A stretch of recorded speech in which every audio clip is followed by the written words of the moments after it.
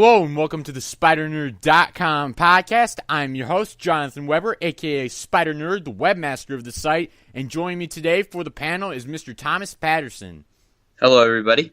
How's it going, Thomas?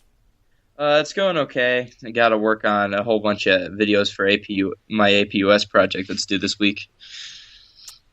AP stands for absolutely, positively stupid. Yes. Absolutely pointless.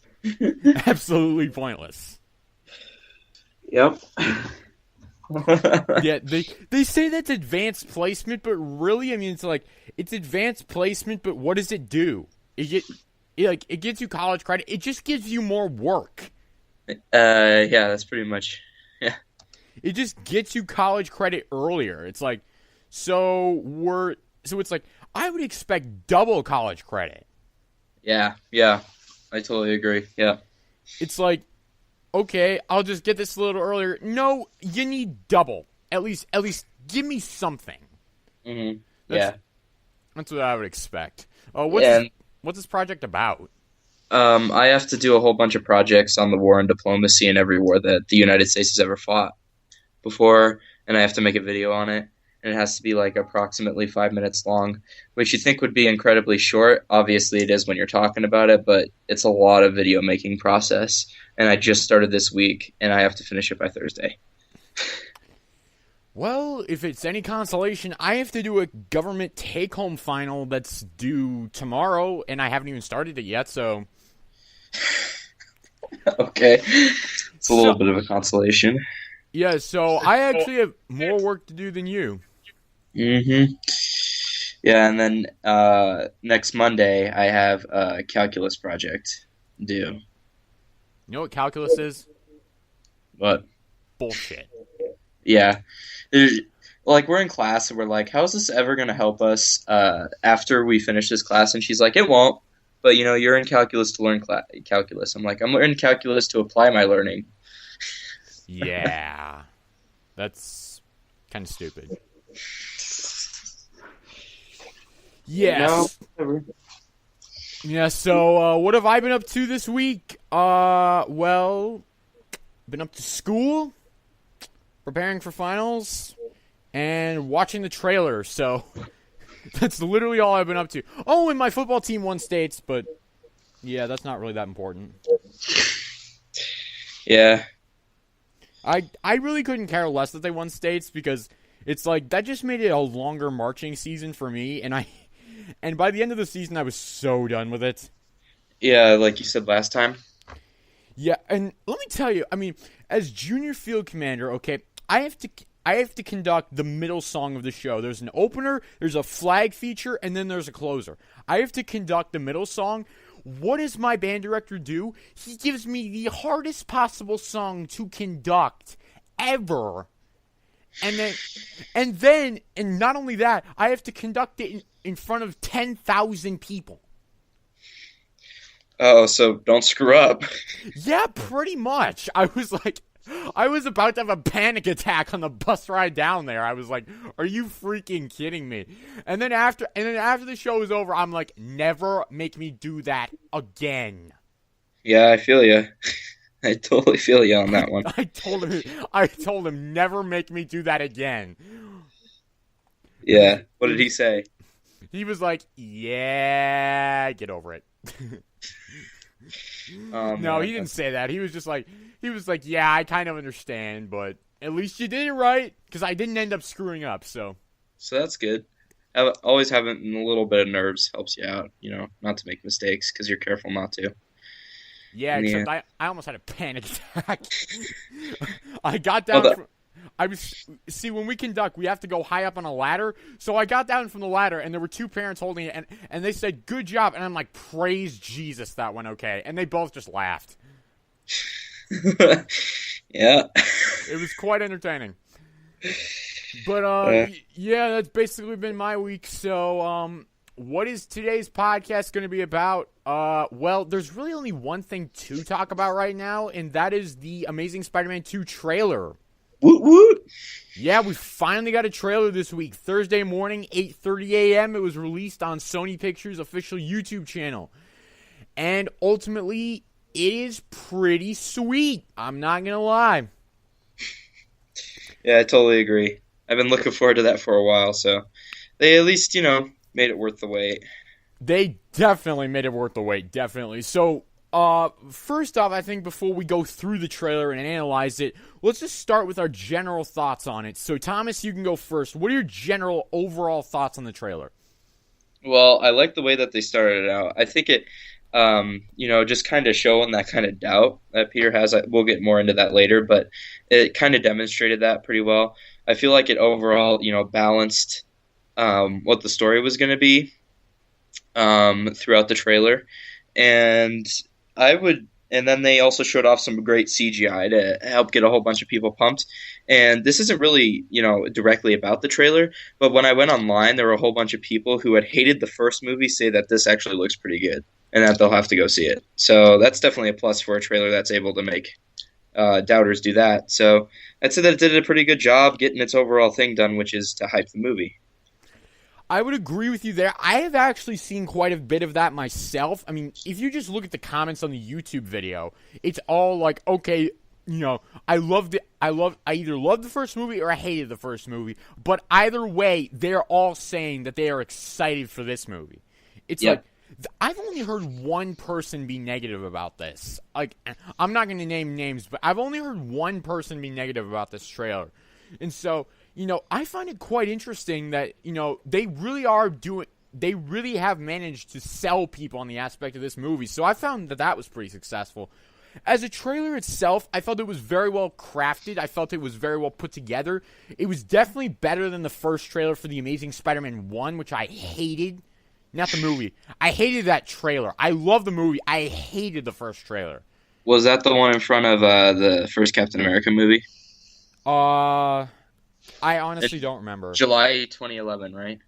Yeah, July. Much a full year before the movie came out. Yeah, they released a Comic-Con trailer in Comic-Con 2011, and it was like all of this moody Twilight crap, and it was like, I honestly felt like Peter Parker was gonna like if you lifted up his sleeves, and this isn't even a joke. Like I have no means to offend anybody with this, but I honestly felt that if I'd lifted up his sleeves, I would have seen a bunch of cutting marks. Mm-hmm. And I'm not even joking. Like, that's not even a joke. I honestly thought that.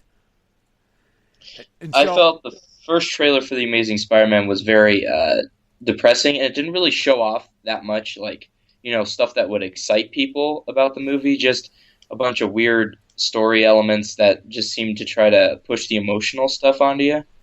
I still enjoyed it. It just wasn't, my favorite trailer ever.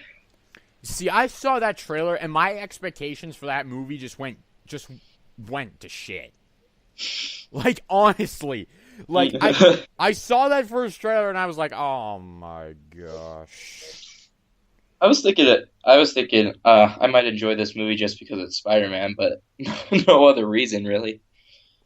Yeah, but then I saw the movie, and I actually really liked it, so, hey, looks like I can be wrong sometimes. But, yeah, I felt this was much better than the first Amazing Spider-Man trailer, and totally. Yeah.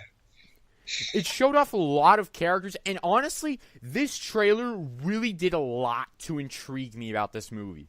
I mean, it showed a lot of action, which we will get to, but really what really got to me was the story aspect of it. Yeah. Yeah, and I'd like to get to that a little bit more in depth, too, a little later. Yeah, the story aspects of this trailer were easily the best part. And really, there was only one thing that made me, and it was very, very small, but made me question, what the hell are you doing that for? And it was very, very small, but I'll get to it. Yeah. Are we going to assign grades to this? Because I think that it's worthy of that. I wasn't planning to, but if you want to give it a grade, sure. Well, it's definitely the best trailer that I've seen all year long for any movie. So I was going to grade it like a 9.8 out of 10, actually. So I'll give it an A-, I guess. I mean, I gave it an A+, so I hadn't really thought about grading it, so I'll just give it an A-. That actually does bring another idea to my head, but we might talk about that later. So I guess we should start digging into the trailer before we ramble on too long. Yeah. We start off with a pretty cool shot of Spider-Man sort of just falling towards New York. I actually really enjoyed that shot. It was one of the only shots that I was kind of like, oh, really about, because I didn't even really see what he was falling from. So it looked like he was incredibly high up, and it didn't really get me too much excited for the rest of the trailer because I was kind of like, ugh, with the way it was presented to me, because I felt like it was too. It looked like a green screen at first for like the lower part of Manhattan, and then when he actually reaches down and he starts falling, like in the international trailers, he like puts his arms to his sides and starts falling. That's when it starts to get good for me, Yeah. at least. I actually really like that shot. I mean, you could tell it was CG because, I mean, there's only so much you can do with a human. So, obviously, that was CG. Mhm. But, I mean, I thought it was just really cool looking. I thought it was... I liked the whole, like, how they originally started with a spider and then they expanded the shot out. I really liked that. You know, and I just liked the concept of it. And I could tell that the suit already looked better than it did in the first one. And I loved the suit in the first movie.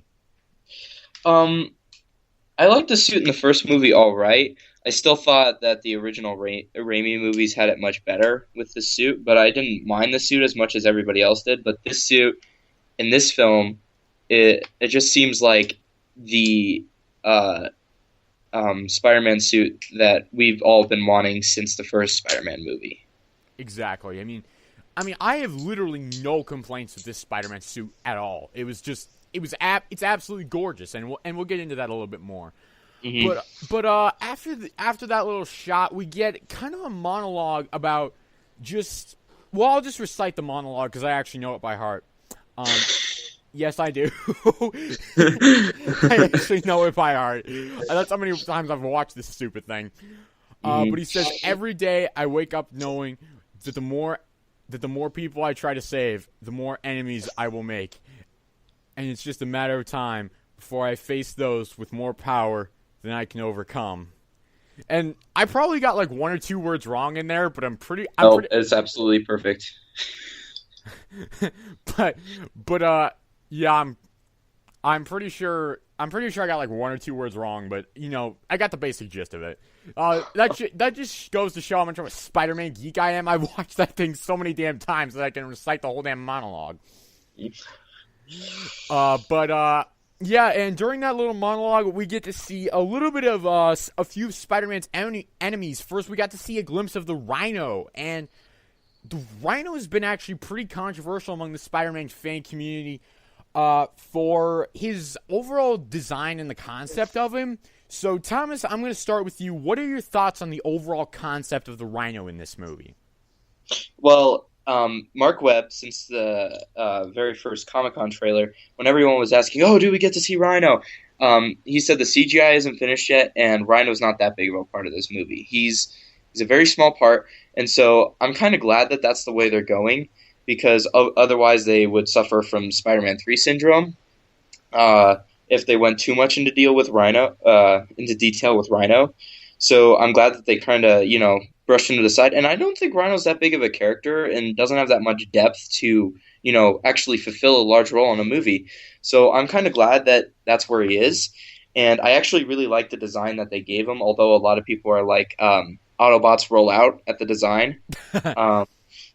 But I really like the design on it because it kind of emulates the Ultimate Spider-Man with how they designed that suit. And Ultimate Spider-Man is probably my favorite incarnation of Spider-Man other than the Stan Lee Ditko run. And so I just really like the Rhino design that they provided here.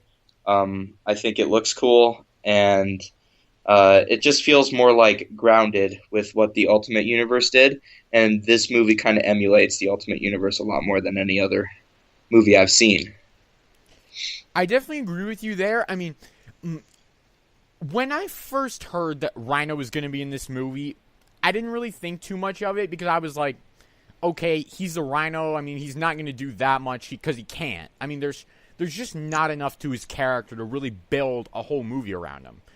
And so when when we heard that he was really just going to only be in a few scenes, I wasn't really surprised. I kind of see him as someone for Spider-Man to prove his strength to and prove how much he's grown since the first movie as a superhero. So I really think that that's going to be Rhino's ultimate purpose in the movie. As far as the design goes, I don't really have a problem with it. I know a lot of people do, but here's how I look at it. If we were to have a guy in just a Rhino suit, it would look ridiculous.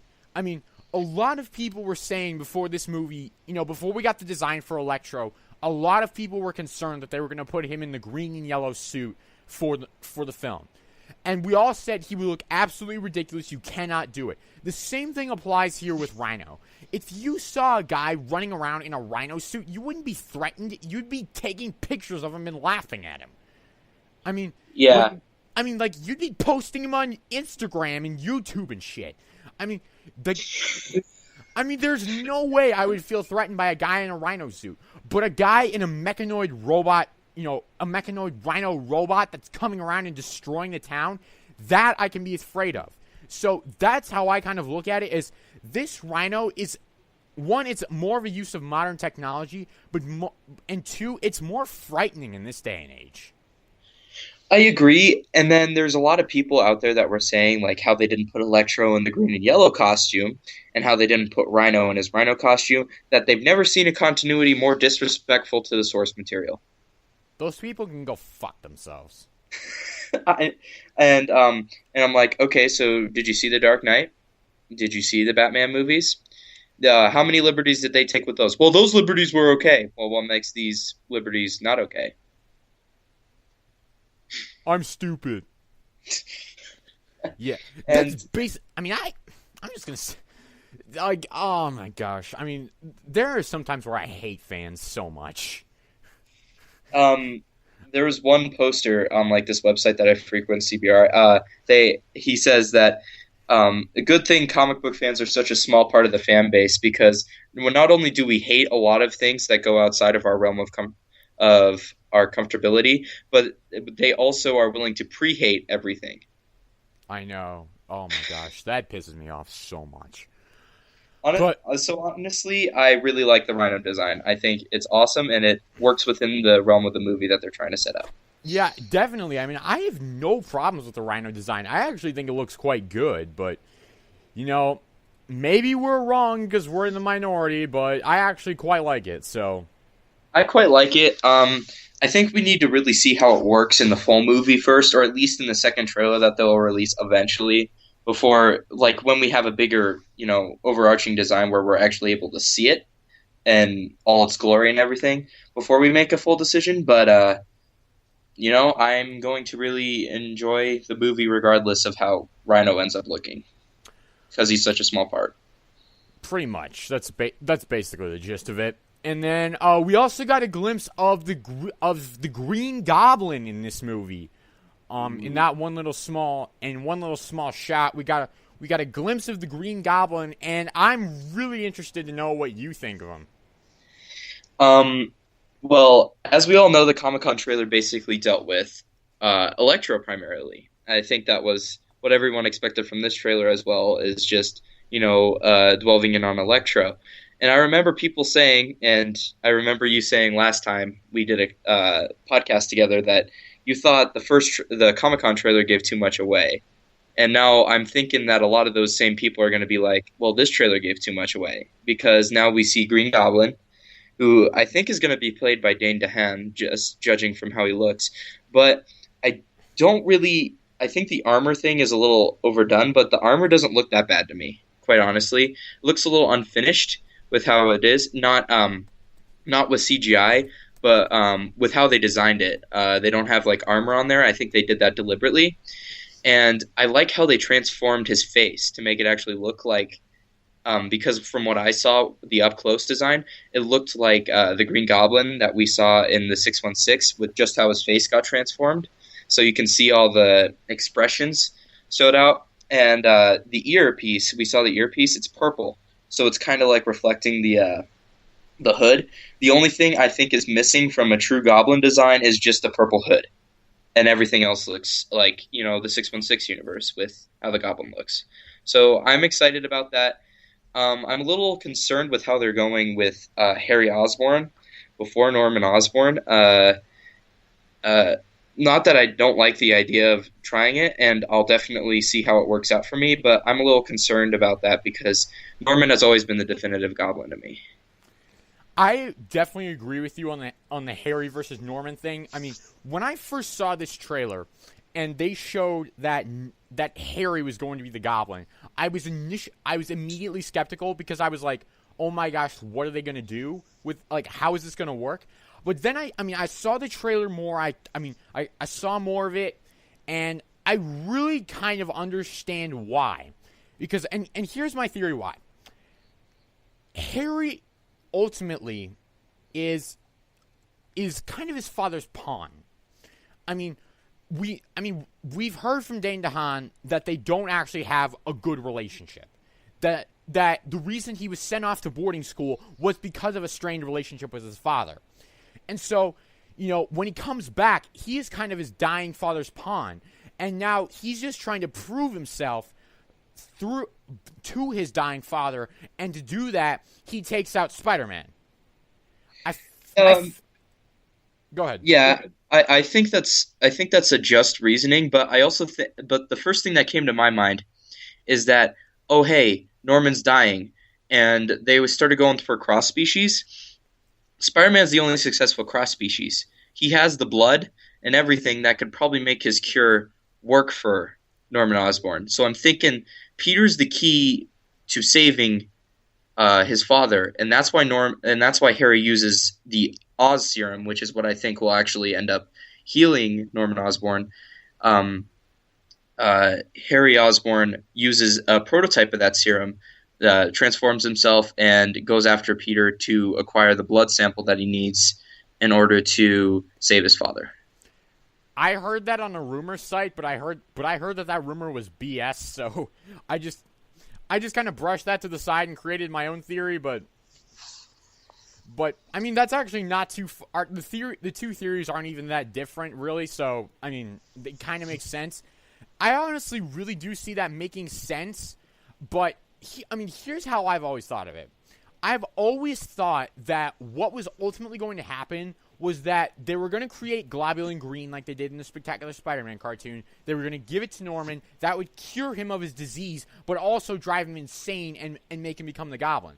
That's how I pictured it going down. If they do, indeed actually have them go after Peter for his blood, because of his because he's a cross-species hybrid and he's the only successful one, it could work, but it also couldn't. I mean, I don't know how I would feel about that because I don't know. It's just I just feel like it would go along with the thing that happened in the first film, where everyone's like, "Do you know what you really are?" Obviously, that part was cut, but I feel like that would answer that question. I don't know. See, that's the thing. I don't really feel like that would answer the question. I feel like that question is more sort of geared towards Peter's origin, not really towards saving Norman Osborn. I feel like, really, when he said that, he's like, do you know why this worked on you? More than why, what you can do. Do you know why it worked? That's kind of how I took that. I kind of took it that way, too. I agree that that's probably the best answer for it, is that Peter himself is special before he was bitten by the spider. But I think that the way that they could answer it is by actually making it relevant again. And I don't think that there's a better way to make it relevant than say that his blood is the cure because he's the only successful cross-species, and delve into that more on why he would be that way. Yeah, I mean, if there is something special about Peter, I'm honestly going to be pissed. Because if there was something special about Peter before he was bitten by the spider, then that completely goes against everything that Lee and Ditko originally intended in the original comics. And I realize that this, is meant to be a more modern interpretation of Spider-Man, but you can't just go against the true spirit of the character. You just cannot do that. So, like, if they do make him special, like, some sort of special, genetically altered kid to have this, really been made to work on him, that will kind of piss me off. What I'm kind of looking for in this movie is an explanation that it was the spider, not Peter.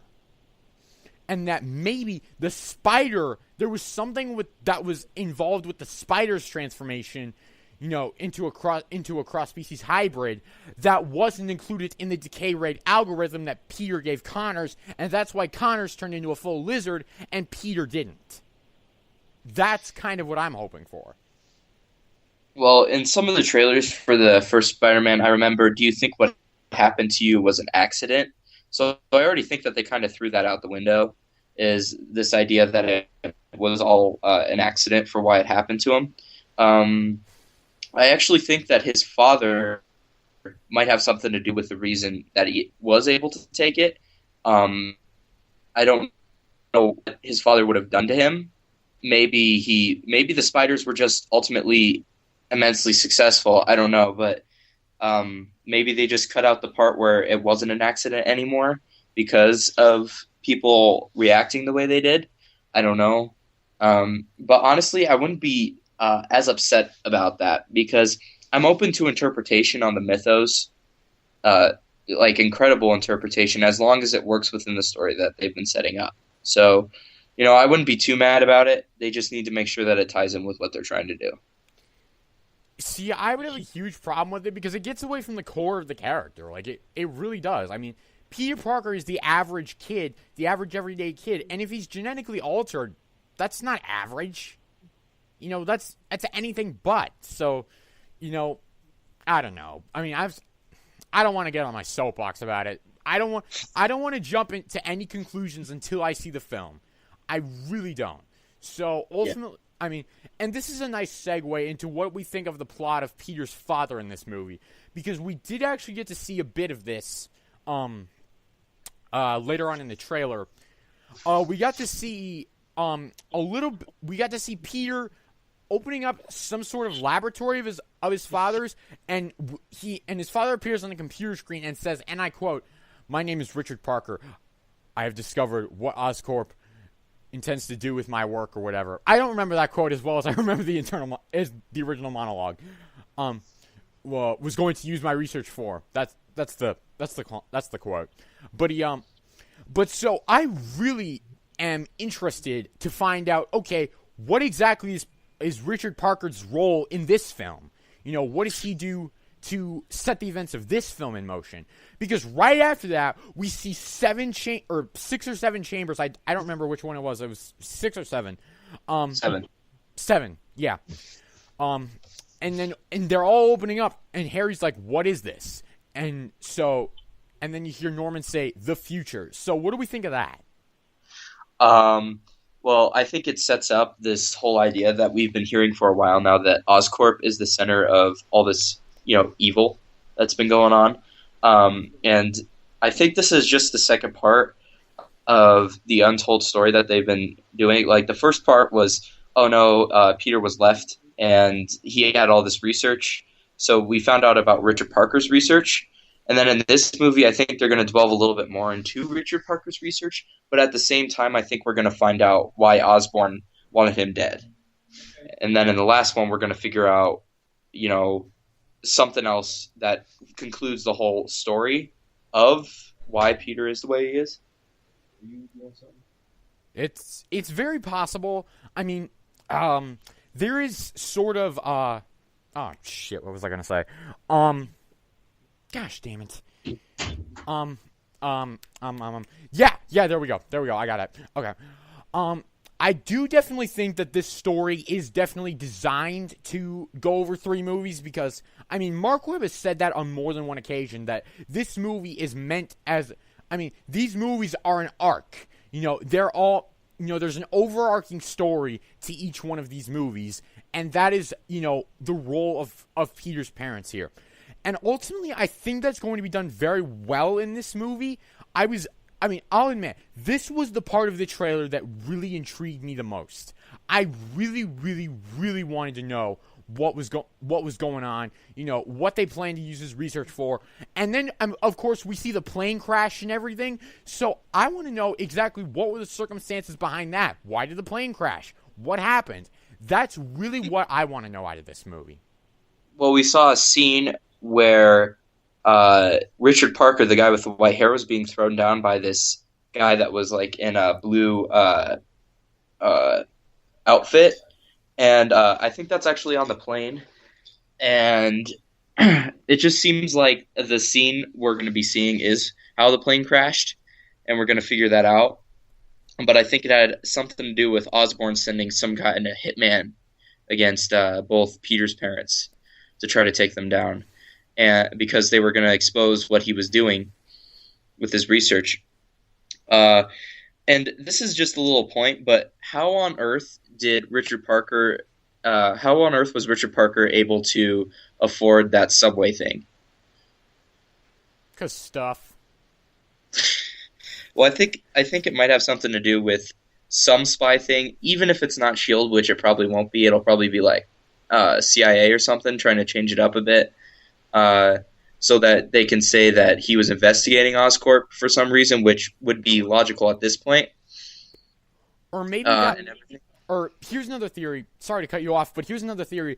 Maybe that's actually an Oscorp-funded laboratory, and he was working down there to develop his research, but then when he discovered that they were going to use it for evil means, that's when he left it there and left that message. I guess you could say that, but there's plenty of secret things in the actual tower itself, as we saw as Harry Osborn moved through it, and we saw all the eels and everything, and the stuff that transformed Electro, and we saw a shot of Electro coming up on that little bed that we saw before the Comic-Con teaser trailer. The Be There kind of thing, which is what he was on. And so I think that Electro actually has some pretty big ties to Harry Osborn, which means that instead of having it be like two separate villains with two separate stories, which was really what killed Spider-Man 3, it's going to be one single narrative tied in together. I definitely believe that you have a point there, because, there are times, this was even seen in the Comic-Con trailer, I think. I think there was a point in the Comic-Con trailer where Harry was almost talking to Electro. So, yeah, he said that, Harry said, and I quote, that you'll never be invisible again. Yeah, and so, there's a very, very strong possibility that those two will be working together in this movie, because they both have one common goal, and that is eliminate Spider-Man. So, obviously, and plus, they both come from Oscorp. The only villain we don't know that isn't confirmed to come from Oscorp yet is the Rhino. And let's be honest, he probably does. Because, where else are you going to get that armor? But, oh shit, what was I saying? Oh, yeah, excuse me. Yeah, so Harry and Electro are probably definitely working together, and I see, and this applies to more of the overall why this isn't going to be another Spider-Man 3. I definitely feel that, Spider-Man 3, Venom was shoehorned in at the last minute. Sam Raimi didn't want to do Venom. He wasn't even a fan of Venom. It was originally going to be a Sandman and New Goblin story. Those are the two main villains of Spider-Man 3, and that's what he originally wanted. And then Avi Arad and the studio came in and said, you know what? The kids in the studio want Venom. And so they shoehorned Venom into that script, and ultimately it took away from Sam Raimi's vision. This one, however, really, there aren't really any demands from the studio that we know of. Ultimately, as far as we know, this is all part of Mark Webb's vision, so that makes it a little bit more cohesive, because he knew what he was getting into when he started this, and he knew how to accommodate all of these villains and all of these storylines in a way that would work. Yeah, I definitely agree with that. I also think that Spider-Man 3 had an issue with just having subplot after subplot after subplot and not having one, cohesive plot that made it feel like one movie. Honestly, I liked it when I was younger, but as I grew older, I saw all these subplots and they just didn't really make sense in one movie. Almost felt like each subplot deserved its own movie. Maybe Harry and Sandman could have fit in together, which is what I think was supposed to happen in the first place. But I definitely don't think the black suit or Venom worked. Maybe you could have kept the black suit, but you really didn't need Venom in there.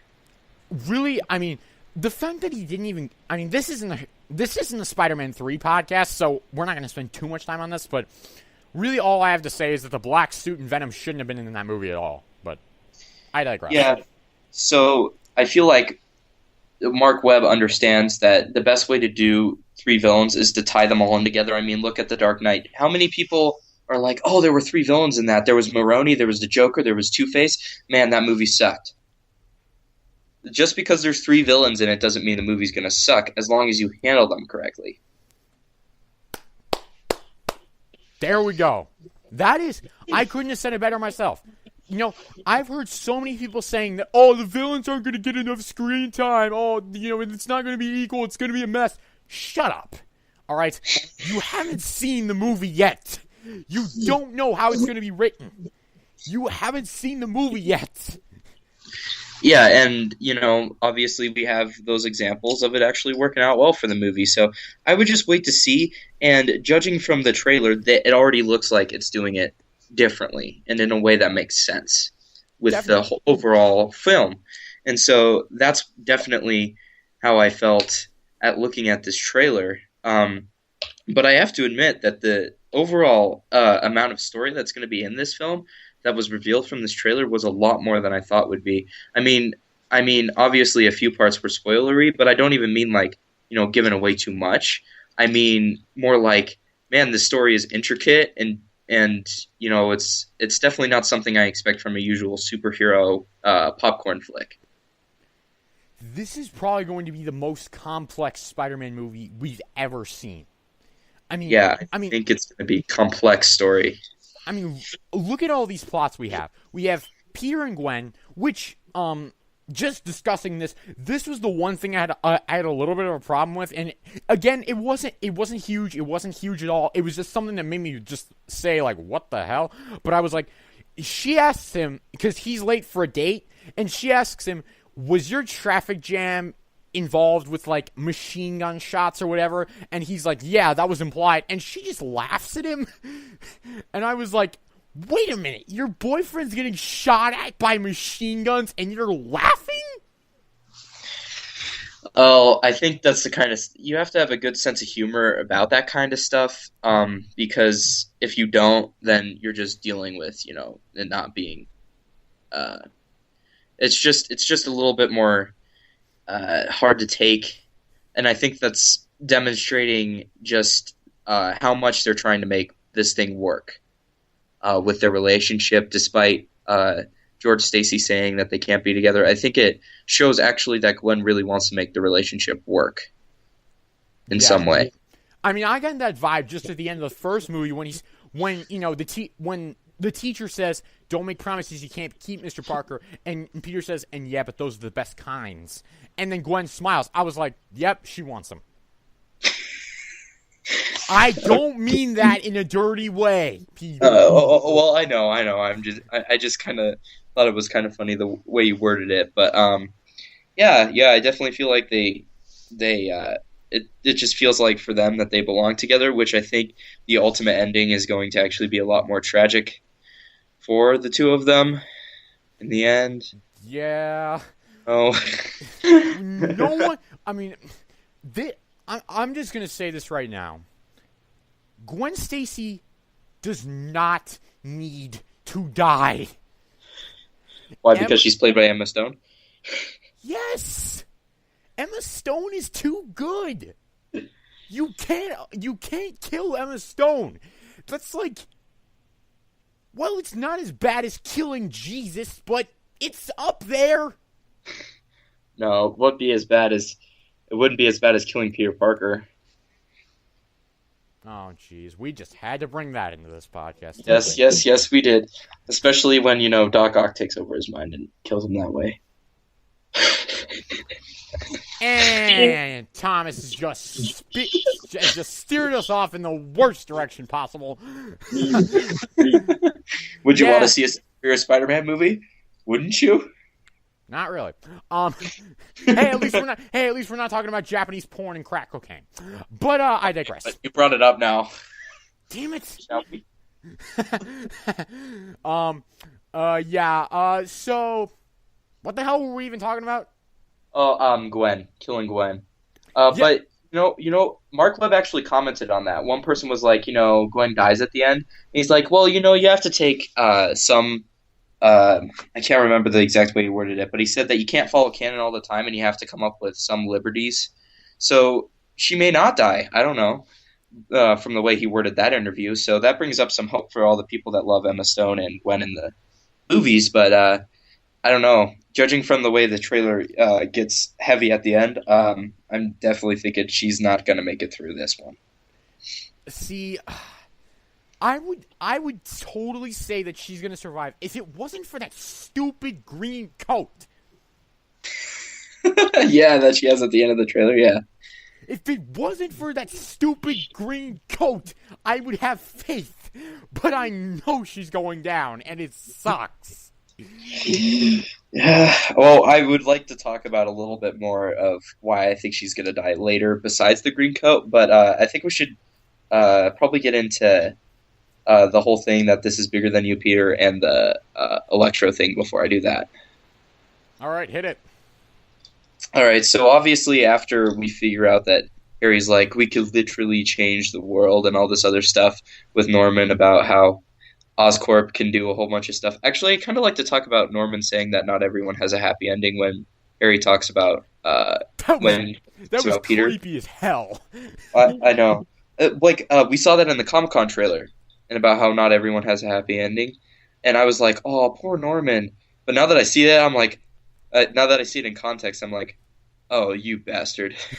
What was creepy as hell? Like, did you see Harry's facial expression when he was like, what about Peter? And then he's like the way that he spat about it, he was like, Peter, like with a spit face almost. Yeah, that was creepy as hell. I was like, oh god, he's gonna kill him. There's no way. I mean, I'm really interested to see the relationship between Peter and Harry in this film, and we'll get into this a little bit more too. But I mean, Peter being under surveillance by Oscorp? Yeah. What are your theories on that? I have a theory. I have an actual theory that doesn't involve Harry knowing his identity, but I want to hear yours first. I actually don't think Harry knows his identity at that point, with him telling him. I actually think that it has more to do with Peter getting bit at Oscorp, and Norman Osborn actually knows, and that's why he's doing that, and also the fact that Peter is tied to Richard Parker, who was a scientist for Oscorp, and that makes Peter basically a person of interest for Norman Osborn. That is my theory. Well, my theory is basically because if you look at the computer screen when Harry says Oscorp has you under surveillance, and he's scrolling through all these pictures of Peter, next to that is a picture of Aunt May and a picture of Uncle Ben. So all three of the Parkers were apparently under surveillance at some point. My ultimate theory is that this is due to their connection with Connors and cross-species genetics and the Parkers and everything. Yeah. My ultimate theory is that they've been kept under surveillance because ultimately when... shit, I just lost my train of thought. Gosh damn it. Ultimately when they find out, if they get too close to finding out, how his parents died or what caused the plane crash, that's when they're going to take him out. That's ultimately what I think they're under surveillance for, is to make sure that they don't come too close to the truth. Yeah, I definitely agree, because they're the ones closest, and they can figure this out. And so that's why I definitely think that they were kept under surveillance, which also shows that if they've been keeping Peter properly under surveillance, they would know that he got bit by the spider, and Norman knows, but probably not Harry. They probably don't even have pictures of it. I think that, like the Ultimate Comics, and Norman's probably going to use it against Peter at one point, that he knows who he is, and he can just go out to the world and tell everyone who he is in the end. And I think that's going to end up being an issue. See, here's what I think. I feel like he wasn't under too much surveillance. Like, prior to that, he was under a normal amount of surveillance. But I feel like what happened here is that his surveillance increased after the whole incident with Dr. Connors. Because, I mean, what? Oh, yeah, possibly, but I definitely think it probably increased after they figured out that he was bit by the spider, because let's think about how faulty the security system is, and a lot of people had this little nitpick about the movie. Maybe it was faulty because it's heavily secured within the inside to figure out who the people who are breaking into it are. I don't know. I mean,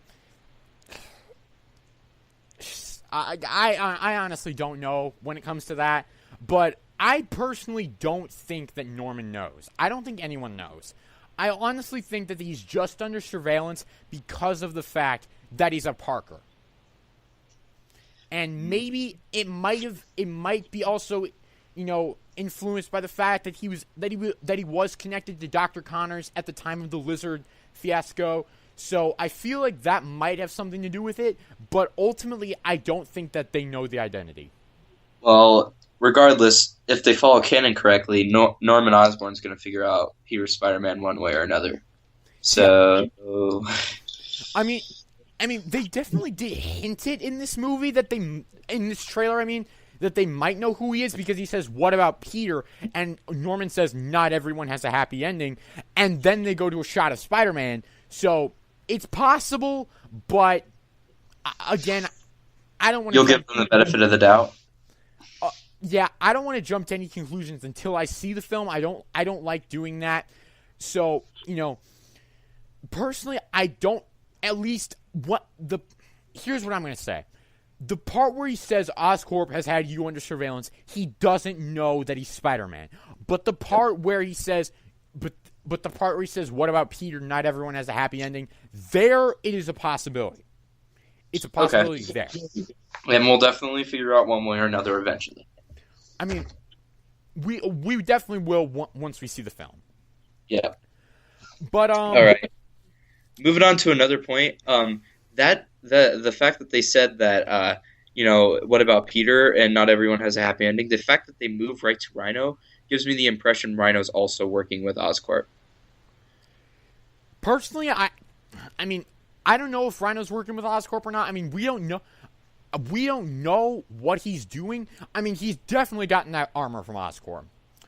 He's definitely gotten that from somewhere. Either he stole it or he bought or whatever. But how could you really steal something that big? Duh. I don't know. Maybe the truck thing at the beginning is him stealing that. It's possible. But then he gets busted by Peter, so I don't really know. I mean, who knows? I mean, you're probably right. He probably is working with Oscorp, but I don't know. We don't know that for sure yet. Yeah, we really don't know. I mean, the Rhino is the most ambiguous character in this film so far. Yep. And then as soon as after the whole scene about that, we know that we hear about how Peter made his choice on how he's gonna fight Oscorp because they're the bad guys and all that other stuff, and it just seems kind of like him embracing the whole "with great power comes great responsibility" thing that we saw in the first film, which is all right to reiterate, but it's not really anything new, I don't think. I actually quite like that, because it is Peter sort of coming into his own, becoming the amazing Spider-Man that we know he's going to be, and ultimately, I quite liked that scene where he says, "This is my path." Because, I can imagine Gwen saying, "You don't have to do this. This is bigger than you." And he says, "No, this is my path. I made a choice." That's, ultimately, I feel like that's kind of what they're going for with that. And I feel like that was a well-done scene in the trailer. I really just hope that they don't end up throwing Gwen off a bridge, but, regardless of that. I actually have a theory that doesn't have her getting thrown off a bridge, but still dying. Yeah. But we'll get into that later when we see all the stuff at the end of the trailer. But from what I gathered from that scene is just him, doing that. is just Spider-Man coming into his own, obviously. And I did like that scene. I just feel like it was kind of, there. I mean, it wasn't too bad. It really kind of sets up Peter's journey, story in this movie of, I'm going to become this amazing Spider-Man and all this stuff. So it does kind of set that up a bit. And the one thing I do really want to talk about is I really do want to talk about Electro. Yes. And this podcast is going way long, like longer than I intended for it to go. So this will probably be our last topic of the trailer. I mean, seriously. All right, I have one last thing to say after Electro. It'll be real fast. All right. You know what? Go ahead and do that now before we get to Electro. Okay. So the scene where Gwen's looking up, with all the tinkering stuff behind her? Yeah. And how Spider-Man jumps onto one of the clock turner things and webs down. That reminds me a lot of the scene where Gwen, falls off a bridge and Spider-Man goes after her. Oh, by webs. So I think she's gonna die in a clock tower. Oh, jeez. Yeah, her dying in a clock tower. I mean, here's my response to that. Mark Webb, if you saw the San Diego Comic-Con interviews with Mark Webb, he said that the very first shot of the movie is going to be a ticking clock. Maybe, I've always found that to be a metaphor for the amount of time that Gwen has left. I feel like that's what that's going to be. Maybe it is also a metaphor on top of the fact that she dies in a clock tower, making it all the more ironic. That's kind of where I was going with that is, maybe that's kind of a precursor to that. I don't know, but I really hope she doesn't die in a clock tower because that would be kind of, I don't know. I that's the first time I've heard that theory, so I have to sit on it. I don't really want to give an opinion on it right now because I don't want to give a premature opinion, but I don't know how I feel about that. I honestly think that in order to, hide the surprise, they probably would have had to do something like that in the trailer. And that's probably what's going to end up happening if they do decide to kill Gwen, which I'm not saying they are. They might decide not to. But we can talk about Electro now since you don't really have an opinion on my theory. It's not that I don't have an opinion on it. It's just I don't want to give my opinion until I've sat on it a bit. Okay. All right. We can talk about Electro then. All right. Electro in this movie. First of all, he looks really good. He looks awesome, man. And all the Mr. Freeze complaints about it. Jeez. Yeah. They appear to be untrue because, all the electricity running through his veins and everything, so. Electro, we'll just say, Electro looked badass in this trailer. Electro looked awesome. And the way he says everything, like a world without power, a world without mercy, a world without Spider-Man. God, that part gave me chills, just the way he says it. That was excellent delivery by Jamie Foxx right there. Jamie Foxx, what can we say about Jamie Foxx that hasn't already been said? Jamie Foxx is awesome. He's just awesome. Yeah, that just really totally demonstrated why he was the perfect choice for Electro. The whole world without power thing, that's pretty cool. Definitely. And I feel like, honestly, Jamie Foxx really is going to make Electro a good villain. He's not going to be too evil, but he's not going to be too likable either. He's going to be in the middle, ultimately. Yeah. Well, I definitely feel like you'll feel for the guy saying because Jamie Foxx said that his own mom forgets his birthday and all this other stuff that happens to him. What a bitch. Yeah, and I think he feels betrayed by Spider-Man eventually. And so you feel for the guy who had his idol, and he feels betrayed by his idol. So that's probably why he becomes so angry at him and wants to kill this guy and wants to ruin his life and everything. So I definitely feel like Jamie Foxx's Electro is going to be a really strong villain, and I will definitely enjoy seeing him on the screen. Ultimately, the one thing I really, really liked Electro in this trailer, what we saw of him, but I was really surprised by how little of the trailer he actually took up. Yeah, like the last half minute. If that. If that. Yeah, he was a really small part of the trailer. I was actually really surprised because the Comic-Con trailer demonstrated him more prominently than anyone else. And, I found that really interesting because the Comic-Con trailer did exactly the opposite. It demonstrated Electro far more than any other villain because we didn't even really know any other villain besides Rhino, and Mark Webb said there was no Rhino footage. So I found that quite interesting that, most of this trailer actually had more to do with Harry and Peter. Which is why, I feel like, and this is kind of leads into something else too, but, do we feel like Harry and Electro are both going to be the main villains of this movie, or?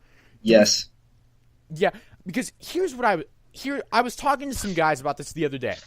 I said that Harry is going to be a main villain, but he's going to sort of not play as big of as direct of a role because of the fact that he's going to appear in future films.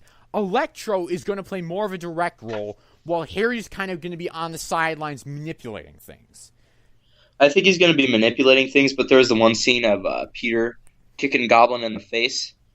So that was awesome, by the way. I definitely think that Goblin's going to be probably just the last final battle. And then, but Harry's been built up by that point the whole movie, so no one's going to be really upset that he becomes the Goblin and then fights in the final battle. And then that's it. I mean, a lot of people are complaining that this movie has 3 villains. And here's why I say that this is not the same as Spider-Man 3. Spider-Man 3, the only villain that was established prior to that movie was Harry. They introduced and ended the storylines for Sandman and Venom in one movie, along with ending Harry's story. Here's the thing about this movie that makes it different. Electro, his storyline might be ended. That depends on whether or not he becomes part of the possible Sinister Six. We don't know. But Harry's storyline is definitely not going to be over. And that's why I will not have a problem if we don't see a lot of the Goblin in this movie, or if he doesn't get quote-unquote equal screen time, because he has more time. He's going to have more time coming up. This will be Electro's time to shine. Yeah, I agree. And I think part of the reason that it angered a lot of Venom fans is because they killed him at the end. He didn't really get that much. If it felt like, oh, Venom's going to come back, don't worry, Venom's going to come back, then they would have been all right with it. But Sam Raimi Spider-Man films had a nasty habit of killing all their villains at the end. Yeah, that wasn't really a smart move. And I think this movie franchise is approaching it a lot smarter by making sure that they leave all their villains alive so that they can come back to them later if they need to. I mean, because I was thrilled when Connors was left alive at the end of the first movie, because I was like, this character needs to return, because Rhys Ifans just played him so well. I just wanted to see that character back, and I was so disappointed when he wasn't in this movie. Well, in this trailer, we don't know if he's not in this movie. I heard a rumor that that Peter went to Ravencroft to talk to Connors. So I don't really know if that rumor is true. It's possible, but I think that we might see Connors. I just don't think he's a prominent part in this movie. I mean, I don't even really need him to be a prominent part. I just really want to see him again because he was so freaking awesome. But I mean, I hadn't heard that rumor, so I really hope that's true. I mean, there have been no reports of sighting him on set or anything, so I mean, ultimately we don't know. I mean, the most likely thing is that he's not in the movie, which really disappoints me. But if they do indeed have the Sinister Six in the 4th movie, Connors better be there. Mm-hmm. Well, I think that Connors is really good at heart, so I feel like it's going to be trying to get him is a little bit more difficult than getting Electro, who's mad at Spider-Man anyway. So they'll probably just take the easy way out with most of the villains, which I'm fine with, is just have them hate Spider-Man in the first place. And then Connors will just take a little bit of manipulation, like, oh, we'll kill your kid if you don't come with us, and you'll be like, ah. No, I was thinking that they would just give him the serum again. They might do that too. I don't know. Because the first movie showed that once that serum gets into you, it affects your mind. Yep. And it's like a drug addiction. You want more of it. Yep. Like that, the whole lizard serum thing in the first movie was a symbol for drug addiction. Yep. And so, I feel like that's how they're ultimately going to get him to come on. The other possible thing is, I would love it if the lizard was an ally for Spider-Man. I'm not totally against that. But I feel like what they're going to do is they're probably going to introduce some more heroes, is what they've been saying for quite a while. They're going to do spin-off films. So I think the heroes that they introduce between now and then will probably be with Spider-Man in that film. I mean, who knows? I mean, we're 5 years out from the Amazing Spider-Man 4, so Yeah, yeah. we, I'm just looking forward to this next movie from this trailer. This trailer was awesome in every way, and I loved pretty much every second of it. I felt like it gave away a little too much in some parts. I feel like they gave away a little bit of the after credit scene with the man in the shadows walking past Vulture's wings and Doctor Octopus's arms. But shit, we didn't even talk about the Easter eggs in this movie. those Easter eggs were cool. Yeah, that was freaking sweet. Yep. Everyone was talking about that scene, and it was the only one we didn't get to. Although I find it odd because there's not really that much to talk about, quite honestly. It's just, it's there. Means that they're definitely going in the way of the Sinister Six. I wonder if they'll probably introduce those guys next movie, Vulture and Doctor Octopus. I feel like that might be an after credits scene, which I'm kind of upset that they probably showed it again before the movie comes out. But we'll see. It should be interesting either way. Who knows? But Yeah. so final thoughts on the trailer. I really enjoyed it. Yeah, it was a good trailer. It was much better than the first trailer for The Amazing Spider-Man. So, Thomas, final thoughts on the trailer? Best trailer I've seen for a superhero movie this year. Definitely excited for this film if I wasn't already. And, well, I'll just have to wait till May to see it, which is kind of upsetting after seeing this wonderful trailer. So, Yeah, I know. Yeah. I mean, I saw this trailer and I was like, oh, why isn't it May yet? exactly, yeah. And plus, I wouldn't have to deal with all these projects, so it'd be another bonus to skip it all the way there. See, Um, here's the thing about this movie's release date, though. My finals week for the spring semester is the week after this movie comes out. So I'm going to have to juggle studying and seeing this movie as many times as I possibly can during that weekend. So, yeah, that'll be fun. Yeah, I got a few AP tests the next week after that, but you know what? I don't really know how to study for those, so I'm not going to bother. AP Just tests watch the movie as many times as I can. I mean, when I'm at my high school for an hour a day, I hear people in AP classes saying, oh, the AP test is so stupid, and I'm like, yeah, because you know what it does? Nothing. It determines, Yeah. it is the one, it's like, no, you don't, like, well, okay, it does something, but here's the thing about the AP test. It is Because it what doesn't guarantee anything. It is what determines whether or not you get college credit for that course. Ultimately, Yeah. like, it's not what overall final grade you get in the course. It's that one stupid test. Yep. It's like, But what if I'm having a bad day? You know, I don't know, but I'll just take them, and in the meantime, I'll be watching this trailer nonstop, and the second trailer, which will probably be awesome if they keep up with this. So I definitely enjoyed the trailer, and I just feel really good about it. all right, and that's going to conclude this hour-long episode of the podcast. I told Thomas before the show, yeah, this podcast is probably going to be 40 minutes long, if that. Yeah, that didn't happen. Yeah, wow, did I underestimate that. But, yeah, thanks for joining us this week, and we will be back next week. We'll cover comics next week. We'll cover news. We just felt that ultimately this was the biggest thing that everyone was talking about this week, so we decided to dedicate the whole podcast to it. So, ultimately, this is the SpiderNerd podcast, episode 11, completed. So, ultimately, see you later, guys. Bye.